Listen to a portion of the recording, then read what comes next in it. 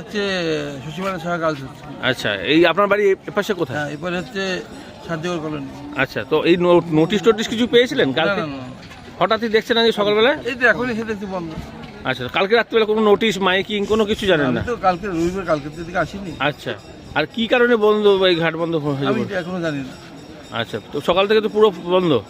আমি এখন এখানে এসে দেখছি বন্ধ। আপনি কি পেশার সঙ্গে যুক্ত? আমি স্কুলের ডিগ্রি। আচ্ছা, কোন স্কুলের নাম? Kalna Shashimala Saha girls school. আচ্ছা, প্রতিদিন এই পথ থেকেই যাতায়াত করেন? হ্যাঁ, অবশ্যই। আর এই বিকল্প কোনো পথ আছে যাওয়ার? না, এখান থেকে তো আর নেই, এখানে তো আশেপাশে কোনো খেয়াঘাট নেই। আচ্ছা, তো এখানে যথেষ্ট সমস্যা, স্কুলে জানিয়েছেন বা বিষয়টা যেরকম? হ্যাঁ, এই তো একটু ফোন করলাম।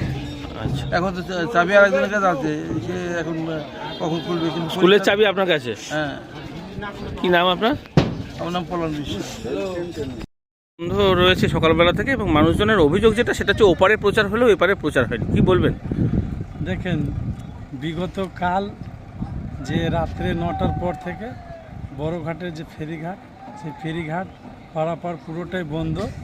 এবং আমাদের তরফ থেকেও যেহেতু ওনারা আমাদেরকে জানাননি, পঞ্চায়েতে কোনো মৌখিকভাবে বা লিখিতভাবে জানানো হয়নি যে পঞ্চায়েতের তরফ থেকে মাইকিং করে দেওয়ার জন্য, কিন্তু আমরা সকালে জানতে পারি যে যেহেতু ঘাট পারাপার বন্ধ, এবং আমি নিজে ঘাট ম্যানেজারকে ফোন করি। ফোন করার পর ঘাট ম্যানেজার বলেন যে পূর্ব বর্ধমানের জেলা শাসক এর অর্ডার, যেহেতু ঘাট চলাচল পুরোটাই বন্ধ থাকবে সম্পূর্ণরূপে, যতক্ষণ না জল আপাতত কমছে ততক্ষণ এইভাবেই পারাপার বন্ধ থাকবে।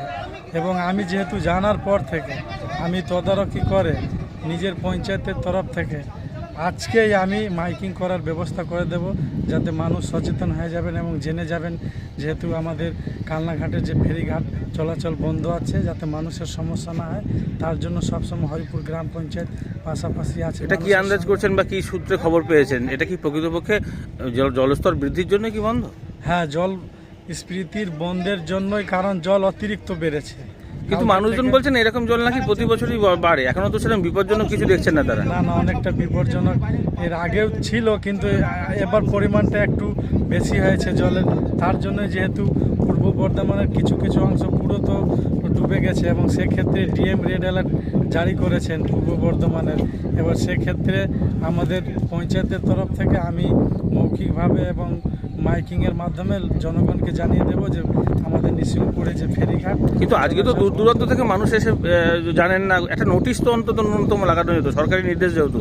হ্যাঁ, যেহেতু নোটিশ অবশ্যই লাগানোর দরকার ছিল, কিন্তু যেহেতু ওনারা আমাদের এপারে কাউকেই জানেনি, পঞ্চায়েতকেও মৌখিকভাবে বা লিখিত আকারেও জানেনি। যেহেতু এটা কি দুই জেলার সিদ্ধান্ত নাকি শুধু ওই জেলা থেকে সিদ্ধান্ত না, হয়েছে? আমাদের আপাতত নদিয়া জেলার কোনো সিদ্ধান্ত নেই। আমার যতদূর খবর সেটা পূর্ব বর্ধমানের জেলা শাসকের এটা খবর। যেহেতু ঘাট মালিকের বাড়ি পূর্ব বর্ধমানের কালনাতে বা ওদিকে ঘাটের, সেই ক্ষেত্রে কি ওদিকেই সব কিছু করা হয়, এদিকে কি করা হয় না এরকম?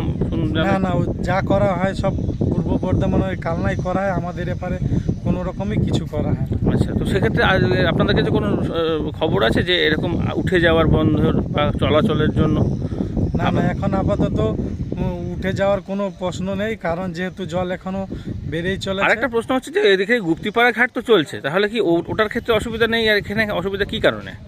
এখানে অতীতের সেই দুর্ঘটনার জন্য কারণে কি? গুপ্তিপাড়া ঘাট যেহেতু আমাদের নদিয়ার আন্ডারে রয়েছে যতদূর আমি জানি, কিন্তু আমাদের এই কালনার ফেরিঘাটটা পূর্ব বর্ধমান জেলার আন্ডারেই দীর্ঘদিন ধরে চলছে।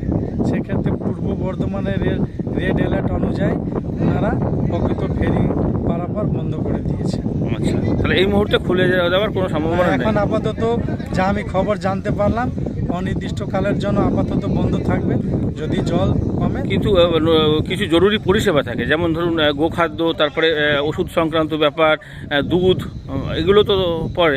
তো সেগুলোর ক্ষেত্রে বা চিকিৎসা সংক্রান্ত যারা যাচ্ছেন, স্কুল কলেজে বাচ্চাদের পরীক্ষা, এদের কি আলাদা কোনো ব্যবস্থা করা হবে সে আপনার তরফ থেকে আপনি জানাবেন? সেক্ষেত্রে আমি হরিপুর গ্রাম পঞ্চায়েতের পক্ষ থেকে বলছি, যেহেতু আমাদের নদিয়াবাসীর অনেকে মানুষের সমস্যার সম্মুখীন হয়েছে, সেক্ষেত্রে আমার নদিয়ার যারা আধিকারিক আছেন তাদের সঙ্গে কথা বলে আমি, যেহেতু ওপারে যে পূর্ব বর্ধমানের যে জেলা শাসক তার সঙ্গে কথা বলে, যদি যে মানুষের খাদ্য এবং গরু পশু যাবতীয় খাদ্য এবং স্কুলের ছেলেমেয়েদের পারাপারের জন্য আমি আধিকারিকদের সঙ্গে কথা বলে একটা এমার্জেন্সি কিছু খোলা। এ ব্যাপারে কি বিধায়কের সঙ্গে কথা বলেছেন? কারণ বিধায়ক সাহেবকে ফোন করেছি, যাক উনি বিজি ছিল, ফোনটা তোলেননি।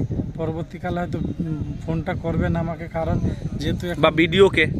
ভিডিও ফোন করেছে, ভিডিও স্যার ফোন রিসিভ করেনি। আচ্ছা।